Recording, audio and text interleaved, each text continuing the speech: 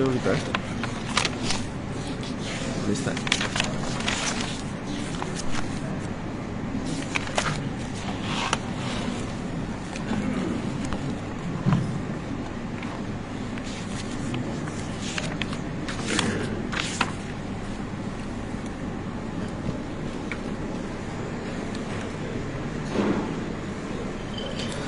Assalamualaikum warahmatullahi wabarakatuh. Alhamdulillah wa sallallahu wa sallam ala Rasulillah wa ala alihi wa sahbihi wa man walah. Allahumma la sahla illa ma ja'altahu sahla wa anta taj'alul hazna ya rabbana idza syi'ta sahla. Nas'alullaha an yukrimana bil ikhlas wa an yaj'alana mimman yastami'una al-qawla fayattabi'una ahsanah. Kita mohon kepada Allah Subhanahu wa taala supaya Allah ampunkan dosa-dosa kita dengan sebab kita hadir ke majlis ilmu pada pagi ini, dan mudah-mudahan Allah taala kurniakan kepada kita niat yang ikhlas ketika mana kita hadir di dalam majlis ilmu ini. Tuan-tuan dan puan-puan yang dirahmati oleh Allah Subhanahu wa taala, menghadiri majlis ilmu adalah amalan yang mudah dan ganjarannya besar di sisi Allah Subhanahu wa taala. Kata Nabi sallallahu alaihi wasallam kepada sahabatnya yang bernama Abu Dzar Al-Ghifari, katanya, wahai Abu Dzar, kamu berpergi-pergian untuk mempelajari satu ayat daripada Al-Quran, itu lebih baik daripada mendirikan 100 rakaat salat sunnat. Dan kamu berpergi-pergian untuk mempelajari satu bab daripada ilmu agama, itu lebih baik daripada mendirikan 1000 rakaat salat sunnah. Kata Imam Syafi'i rahimahullah, Muhammad bin Idris Asy-Syafi'i yang lahir pada tahun 150 Hijrah, kata imam kita Al-Imam Syafi'i radhiyallahu anhu, talabul ilm afdalu min salatin nafilah. Mafhumnya, menuntut ilmu agama lebih afdal daripada mendirikan salat sunat. Tuntut ilmu agama macam yang tuan-tuan perempuan sedang buat sekarang ini, kata Al-Imam Syafi'i, itu lebih afdal daripada mendirikan salat sunat. Maka ikhlaskan niat kita kerana Allah dalam menghadiri majlis ilmu pada pagi ini. Boleh jadi ini adalah majlis ilmu yang terakhir kita hadir dalam kehidupan kita. Tuan-tuan dan puan-puan dirahmati oleh Allah Subhanahu wa taala, dalam satu hadis Nabi sallallahu alaihi wasallam, Rasulullah sallallahu alaihi wasallam telah menyebutkan yang mafhumnya, di dalam badan manusia ada seketul daging. Kata Nabi sallallahu alaihi wasallam, "Idza salahat salahal jasadu kulluh, wa idza fasadat fasadal jasadu kulluh." Kata Nabi sallallahu alaihi wasallam, sekiranya baik seketul daging tersebut, maka akan baiklah seluruh badan. Dan sekiranya rosak seketul daging tersebut, maka akan rosaklah seluruh badan. Dan kata Nabi sallallahu alaihi wasallam, seketul daging itu adalah hati. Hati yang kita maksudkan di sini dalam bahasa Arabnya adalah qalbun, dan dalam bahasa Inggerisnya adalah heart. Perkataan hati, tuan-tuan dan puan-puan, dalam bahasa Melayu kita guna dengan dua maksud. Kalau semalam waktu majlis sembelihan, kalau ada AJK tanya kita, mana hati lembu, apa yang tuan-tuan akan bagi dekat dia? Bagi hati lembu. Tapi bila kita cakap tentang isu seperti ini, yang kita maksudkan dengannya adalah jantung, heart, bukannya liver. Jadi yang dimaksudkan oleh Nabi SAW dalam hadis tersebut adalah jantung. Hati dengan maksud jantung, bukan dengan maksud liver. Bahkan hati dengan maksud heart. Bahkan tuan-tuan dan puan-puan yang dirahmati oleh Allah Subhanahu wa taala, sesiapa yang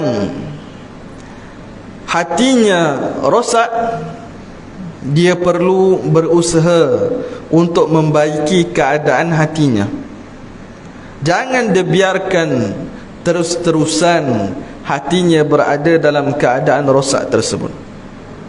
Setiap kali kita melakukan dosa, tuan-tuan dan puan-puan, kata Nabi SAW, akan muncul titik hitam pada hati kita. Setiap kali kita menderhakai Allah, setiap kali kita melakukan dosa, akan ada satu titik hitam dalam hati kita. Sehinggalah apabila seseorang itu terus-terusan melakukan dosa kepada Allah dan dia tidak bertaubat kepada Allah Subhanahu wa ta'ala, maka hatinya akan diselaputi oleh satu selaputan, satu selaput yang disebut sebagai ran, dan inilah yang dimaksudkan dalam firman Allah Subhanahu wa ta'ala, kalla bal rana ala qulubihim. Yang dimaksudkan dengan ran dalam ayat tersebut adalah seperti yang kita sebutkan tadi. Dan apabila seseorang itu dia alhamdulillah, apabila seseorang itu dia terus-terusan melakukan dosa kepada Allah, dia tidak bertaubat kepada Allah Subhanahu wa ta'ala, kelak hatinya akan sampai ke satu keadaan yang mana hatinya jadi keras.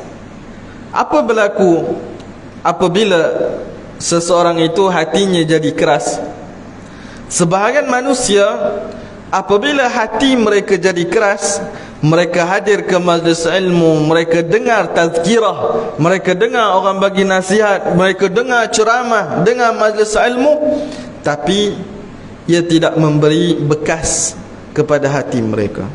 Mereka dengar tazkirah, mereka dengar disebutkan tentang azab kubur, tentang kematian, tentang azab di neraka, namun ia tidak memberi bekas lagi pada hati mereka. Inilah keadaan sebahagian manusia apabila hati mereka sudah jadi keras. Maka tuan-tuan dan puan-puan yang dirahmati oleh Allah, sesiapa yang hatinya rosak, sesiapa yang hatinya berada dalam keadaan yang tidak baik dan dia nak membaiki keadaan hatinya, antara perkara yang perlu dia lakukan adalah dia perlu mempelajari tentang kewajipan-kewajipan hati dan maksiat-maksiat hati. Apakah kewajipan-kewajipan hati dan apakah maksiat-maksiat hati? Hati ini adalah raja bagi segala anggota. Maka sangat penting untuk kita mempelajari tentang kewajipan-kewajipan hati dan maksiat-maksiat hati. Kata ulama, di antara kewajipan hati adalah beriman dengan Allah dan Rasulnya sallallahu alaihi wasallam. Bahkan ini adalah asal segala kewajipan. Asal bagi segala kewajipan adalah beriman dengan Allah dan Rasulnya sallallahu alaihi wasallam. Kenapa? Kenapa ulama kata beriman dengan Allah dan Rasulnya sallallahu alaihi wasallam adalah asal bagi segala kewajipan? Kerana sekiranya seseorang itu tidak melaksanakan kewajipan ini, sekiranya seseorang itu tidak beriman dengan Allah dan Rasulnya sallallahu alaihi wasallam, maka kewajipan-kewajipan yang lain tidak diterima daripadanya. Kewajipan-kewajipan yang lain tidak diterima daripadanya. Allah Subhanahu wa ta'ala berfirman dalam Al-Quran, وَمَنْ يَعْمَلْ مِنَ الصَّالِحَاتِ مِنْ ذَكَرٍ أَوْ أُنْثَى وَهُوَ مُؤْمِنٌ فَأُولَئِكَ يَدْخُلُونَ الْجَنَّةَ وَلَا يُظْلَمُونَ نَقِيرًا. Mafhumnya, sesiapa yang melakukan amal saleh, wa may ya'mal minas salihat, siapa yang buat amal saleh, min zakarin aw unsa, daripada lelaki maupun perempuan, wa huwa mu'min, ini syarat, dan dia adalah orang beriman. Fa ulaika yadkhulunal jannah, maka mereka akan dimasukkan dalam syurga. Wala yuzlamuna naqira, dan mereka tak akan dizalimi walaupun sedikit. Jadi difahami daripada ayat ini, kata ulama, bahawa sekiranya seseorang itu tidak beriman dengan Allah dan Rasulnya sallallahu alaihi wasallam, maka tidak diterima daripadanya amal saleh. Tidak diterima daripadanya amal saleh. Beriman dengan Allah adalah dengan kita meyakini bahawa Allah wujud, ada, dan tiada keraguan pada kewujudan Allah. Allah ada tanpa ada permulaan bagi kewujudannya, dan tanpa ada pengakhiran bagi kewujudannya. Kita makhluk. Makhluk apa maksudnya, tuan-tuan dan puan-puan? Segala sesuatu selain Allah, itu maksud makhluk. Makhluk bukan saja merujuk kepada manusia, jin, binatang, malaikat. Bahkan segala sesuatu selain Allah adalah makhluk. Termasuklah udara, termasuk cahaya, termasuklah tempat, termasuklah arash, termasuklah kursi, termasuklah syurga, neraka. Segala sesuatu selain Allah adalah makhluk. Apa maksud makhluk? Makhluk dalam bahasa Melayu kita kata makhluk. Ini daripada bahasa Arab, makhluk. Maksudnya yang diciptakan. Jadi sebelum Allah ciptakan makhluk, makhluk ada ataupun tak ada? Tak ada. Setelah Allah ciptakan makhluk, barulah makhluk ada. Jadi kewujudan makhluk didahului oleh ketiadaan. Maksudnya sebelum makhluk ada, makhluk tak ada. Allah bersifat dengan qidam. Tuan-tuan belajar sifat 20, antara sifat Allah adalah qidam, iaitu tiada permulaan bagi kewujudan Allah. Allah ada tanpa ada permulaan bagi kewujudannya. Sekiranya ada permulaan bagi kewujudan Allah, itu bermaksud sebelum Allah ada, Allah tak ada. Kemudian barulah Allah ada. Kalau begitu, itu bermaksud Allah diciptakan. Mustahil Allah diciptakan. Kalau Allah diciptakan, Allah bukan Tuhan. Maka kewujudan Allah tidak didahului oleh ketiadaan. Dan antara sifat Allah adalah al-baqa, iaitu kekal. Allah tidak akan mati, tidak musnah, tidak binasa, tidak berubah-ubah. Kekekalan Allah berbeza dengan kekekalan syurga dan neraka. Allah Subhanahu wa ta'ala yang menciptakan makhluk, semua makhluk ada permulaan bagi kewujudannya. Dan Allah kehendak bagi sebahagian makhluk untuk kekal. Maksudnya ada makhluk yang kekal, tak akan musnah. Apa dia? Antaranya adalah ajbuz zanab, tulang ekor kita manusia. Antaranya lagi adalah syurga dan neraka, dan ada lagi yang lain. Kekekalan syurga dan neraka contohnya tidak sama dengan kekekalan Allah. Syurga dan neraka makhluk, dan ia kekal kerana Allah yang menghendakinya untuk kekal. Sekiranya Allah tidak kehendak untuk syurga dan neraka kekal, pasti ia akan musnah. Tapi kita tahu daripada agama kita, daripada teks-teks agama kita, kita tahu bahawa Allah kehendak untuk syurga dan neraka kekal, maka ia kekal. Adapun kekalnya Allah, Allah kekal dengan sendiri, kekal zati. Maksudnya tidak ada selain daripada Allah yang mengkhususkan Allah dengan sifat kekal. Dia kekal dengan sendiri. Maka kekekalan Allah tidak sama dengan kekekalan makhluk seperti syurga dan neraka.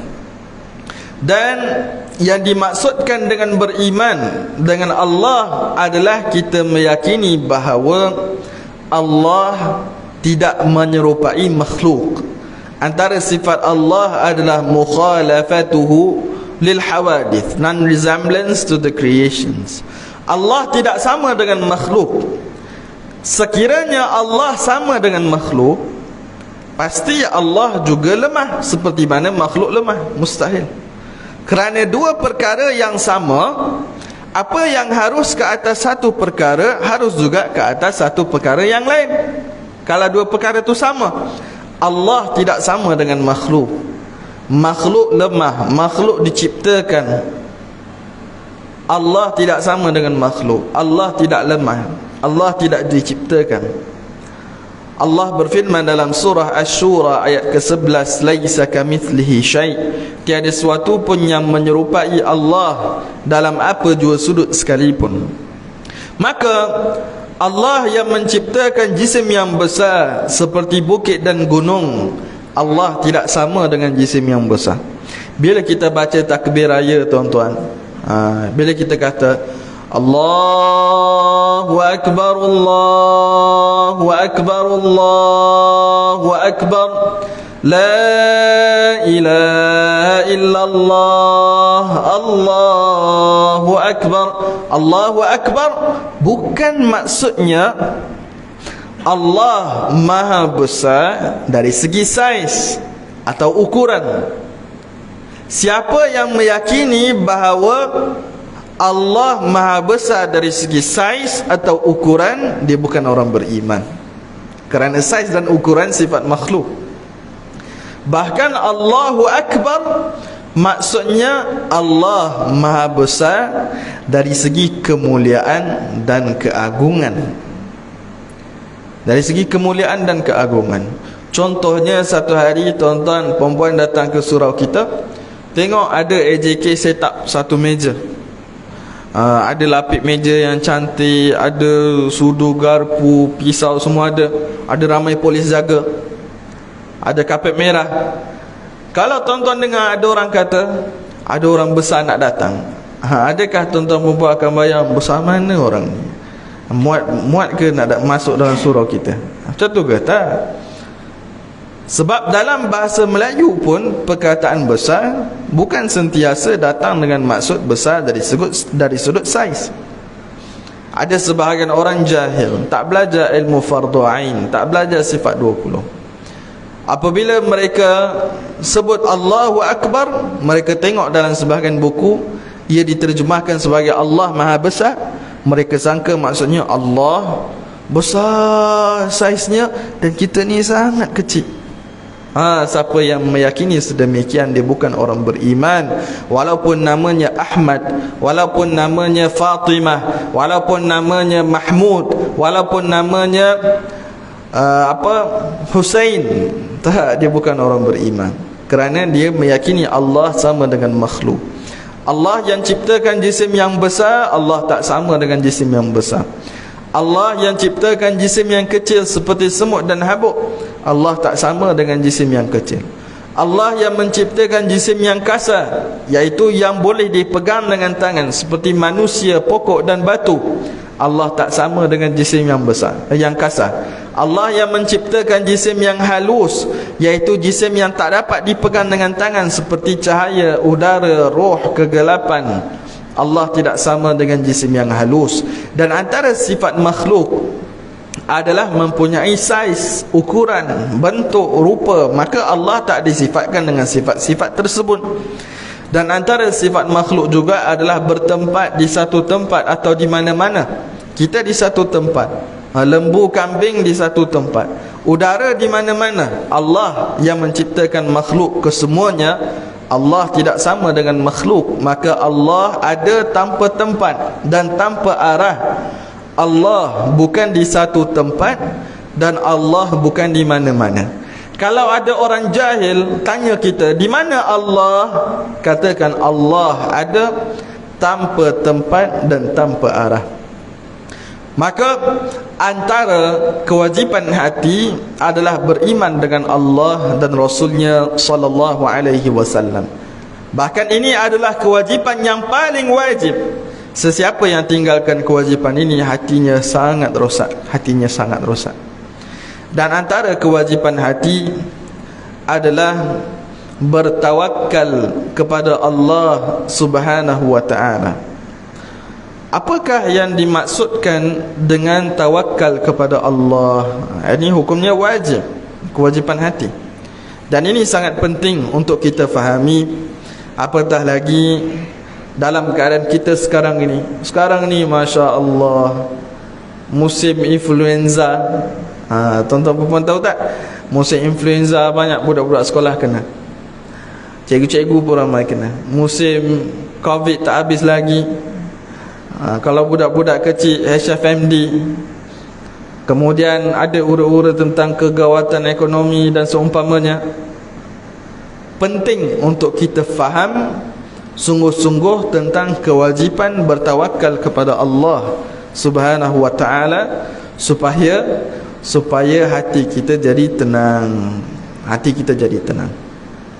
Bertawakal kepada Allah Subhanahu wa ta'ala adalah dengan kita menjadikan pergantungan kita meletakkan sepenuh pergantungan kita kepada Allah semata-mata dalam setiap urusan.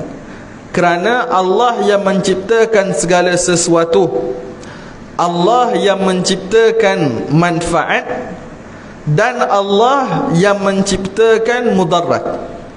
Allah yang menciptakan manfaat dan Allah yang menciptakan mudarat.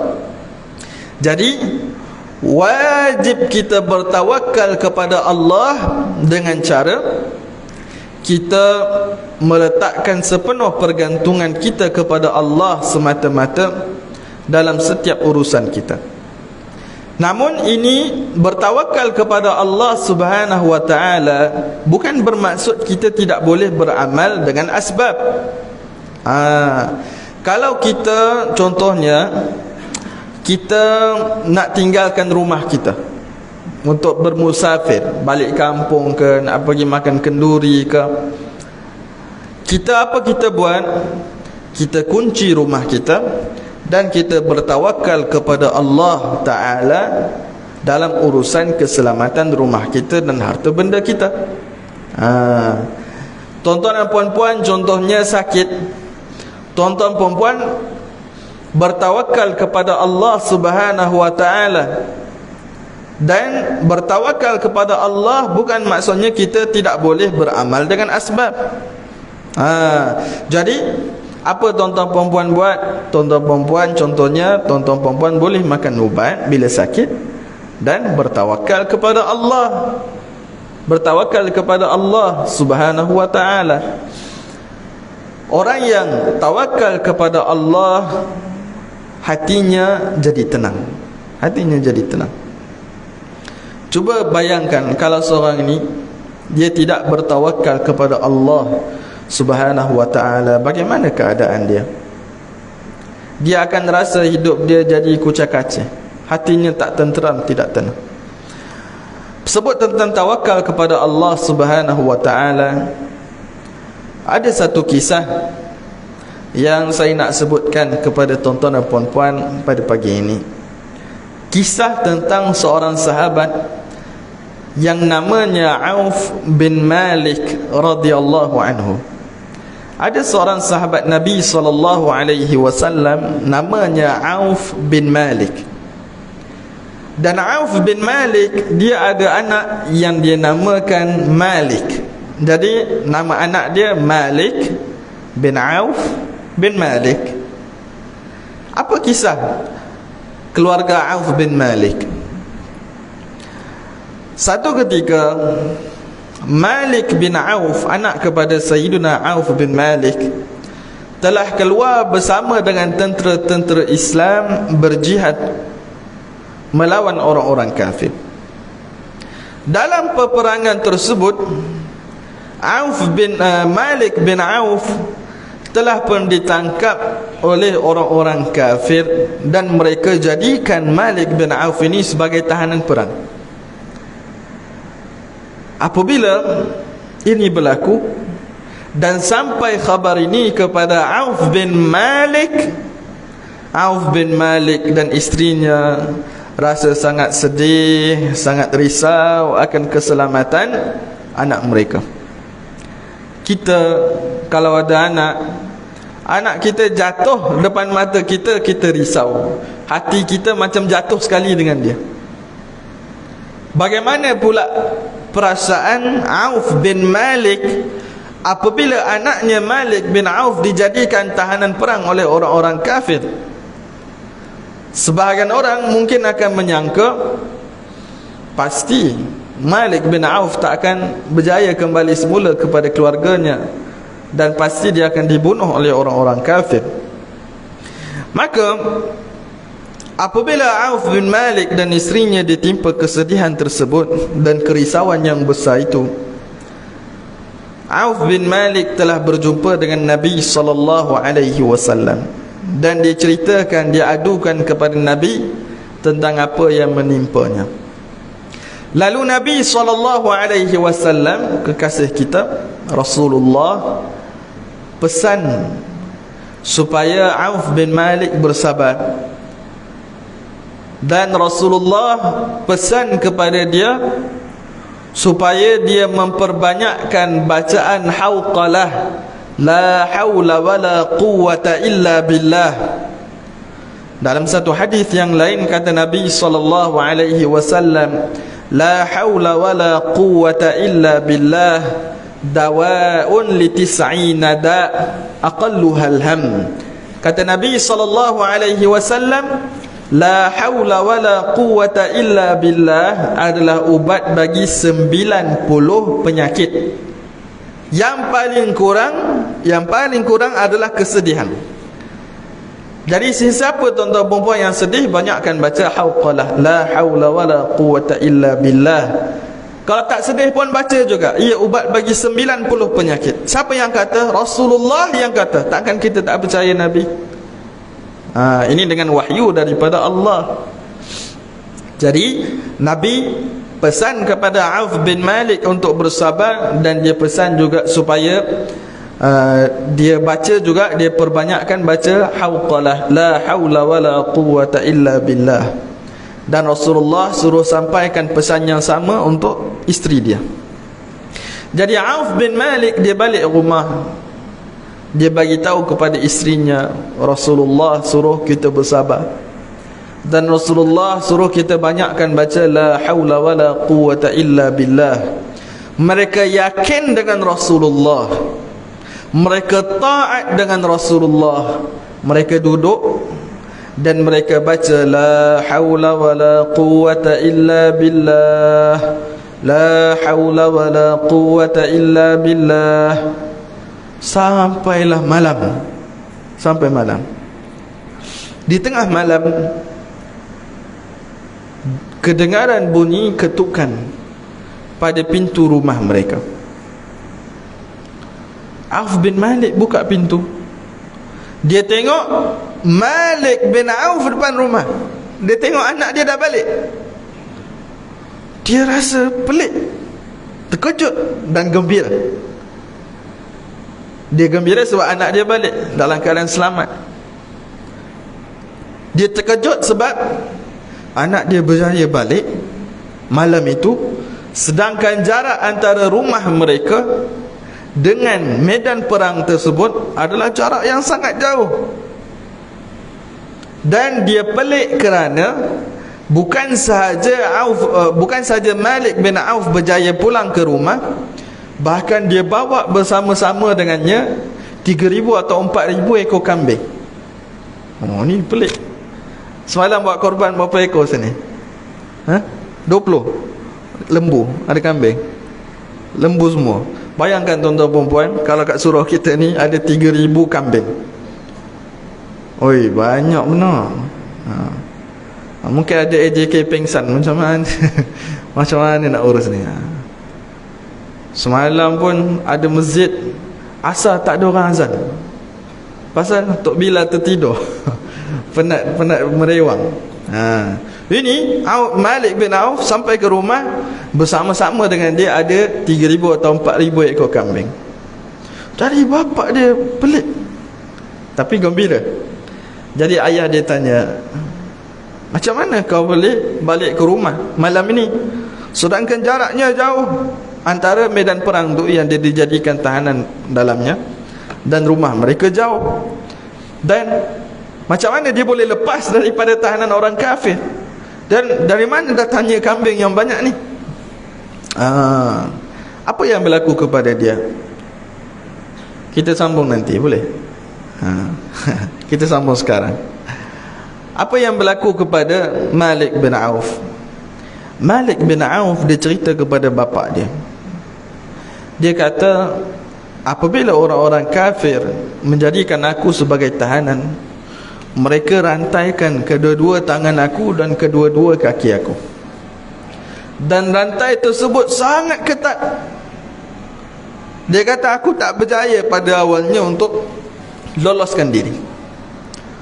Namun dia kata semakin lama rantai itu semakin longgar, semakin longgar, semakin longgar. Akhirnya dia berjaya keluarkan je. Dia tak perlu tarik pun, dia berjaya keluarkan kedua-dua tangan dan kedua-dua kaki dia daripada rantaian besi. Dan bila waktu itu, waktu dia nak larikan diri, dia dapati orang-orang kafir sibuk dengan benda lain. Orang yang jaga dia sibuk dengan benda lain. Jadi dia berjaya keluar daripada tahanan. Sebelum dia nak keluar daripada kem orang-orang kafir, dia tengok ada kambing yang banyak ni, ada ribuan ekor kambing. Dan waktu tu dalam perang. Jadi dia ambil semua kambing tu sebagai ghanimah, sebagai harta rampasan perang. Dan bila dia nak balik ke rumah dia, jarak jauh, jarak sangat jauh. Dia kata aku tak tahu, tapi aku rasa malaikat menanggungku sehingga aku berjaya sampai ke rumah, walaupun jaraknya jauh, dalam tempoh yang singkat. Bila dia gerak tu dia rasa laju sampai rumah. Masya Allah. Jadi apabila khabar gembira ini sampai kepada Auf bin Malik, dia cari siapa? Dia cari Rasulullah. Dia jumpa Nabi SAW. Dia cari Rasulullah, nak cerita apa yang berlaku kepada dia, nak bagi tahu khabar gembira. Apabila dia nak jumpa Nabi SAW, dia jumpa Rasulullah. Belum sempat dia buka cerita, Rasulullah kata, kabar gembira buatmu wahai Auf bin Malik, Allah telah menurunkan ayat Al-Quran dengan sebab apa yang telah berlaku kepadamu. Allah turunkan ayat Al-Quran dengan sebab peristiwa yang berlaku kepada dia. Apa dia? Apa ayat tersebut? Wa man yattaqillaha yaj'al lahu makhraja wa yarzuqhu min haitsu la yahtasib wa man yatawakkal 'ala Allah fahuwa hasbuh. Ayat ini kata majoriti ulama tafsir, jumhur ulama tafsir mengatakan sebab turunnya ayat ini adalah peristiwa yang berlaku kepada Auf bin Malik. Wa man yattaqillaha yaj'al lahu makhraja. Siapa yang bertakwa kepada Allah, Allah kurniakan kepada dia jalan keluar daripada setiap kesempitan. Wa yarzuqhu min haitsu la yahtasib. Dan Allah Ta'ala kurniakan kepadanya rezeki daripada sumber yang tak disangka-sangka. Wa man yatawakkal 'ala Allah fahuwa hasbuh.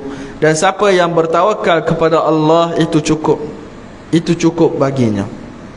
Siapa yang bertawakal kepada Allah, insya-Allah Allah akan mudahkan urusannya.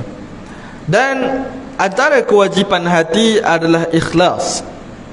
Yang dimaksudkan dengan ikhlas itu adalah melakukan amal saleh semata-mata kerana Allah, bukan kerana mengharapkan pujian manusia. Kalau seorang itu dia buat amal saleh supaya dipuji oleh manusia, supaya orang pandang dia mulia, ini namanya riak. Dan riak adalah di antara dosa besar. Bahkan kalau seorang itu dia buat amal saleh beriringan dengan riak, dia tak dapat pahala amal saleh tersebut. Siapa yang buat korban supaya orang kata Masya Allah, bagusnya dia ni setiap tahun buat korban, dia tak dapat pahala korban. Kalau riak itu beriringan dengan dia melakukan ibadah korban, rugi, sangat rugi. Siapa yang baca takbir raya, dia baca takbir raya supaya orang kata Masya Allah, bagusnya dia ni, dia tak dapat pahala baca takbir raya, rugi. Jadi apabila kita nak buat amal saleh, hendaklah kita ingat untuk kita ikhlaskan niat kita kerana Allah. Kata Nabi SAW, ittaqur riya', jauhilah riya'. Kata Nabi, fa innahu syirkun asghar, atau kama qala. Kata Nabi, kerana sesungguhnya ia adalah syirik yang kecil. Syirik kecil kat sini bukannya syirik yang mengeluarkan seseorang daripada agama Islam, tidak. Bahkan yang dimaksudkan dengan syirik kecil di sini adalah dosa besar. Allah Subhanahu wa taala berfirman dalam Al-Quran, "Wa man yarju liqa'a rabbih falyamal 'amalan salihan wa la yusyrik bi'ibadati rabbih ahada." Difahami daripada ayat ni bahawa sesiapa yang mahukan ganjaran daripada Allah Subhanahu wa taala di akhirat, hendaklah dia buat amal saleh, dan jangan dia tinggalkan niat yang ikhlas apabila dia melakukan amalan tersebut. Sesiapa yang tidak ikhlas dalam melakukan amal saleh, kebiasaannya dia tidak akan sampai kepada tujuan dia. Orang yang buat amal saleh tanpa niat yang ikhlas dan tanpa riak, dia tak dapat pahala, tak dapat dosa. Macam ada sebahagian orang 5 waktu dia solat di masjid, dah jadi adat dia. Dia datang solat berjamaah di masjid, dia tak niat apa-apa dalam hati dia. Dia start motor, dengar azan, dia start motor, datang masjid, solat, balik. Dah jadi adat dia. Dia tak niat, apabila dia datang tu, dia tak niat untuk laksanakan fardu kifayah, dia tak dapat pahala. Tak dapat pahala. Sebab kata Nabi SAW, innamal a'malu binniyat. Kata ulama apabila mensyarahkan hadis ini, maksudnya antara syarat untuk sesuatu amal saleh itu diterima oleh Allah adalah niat yang ikhlas. Jadi jangan lupa untuk kita ikhlaskan niat kita setiap kali kita melakukan amal saleh.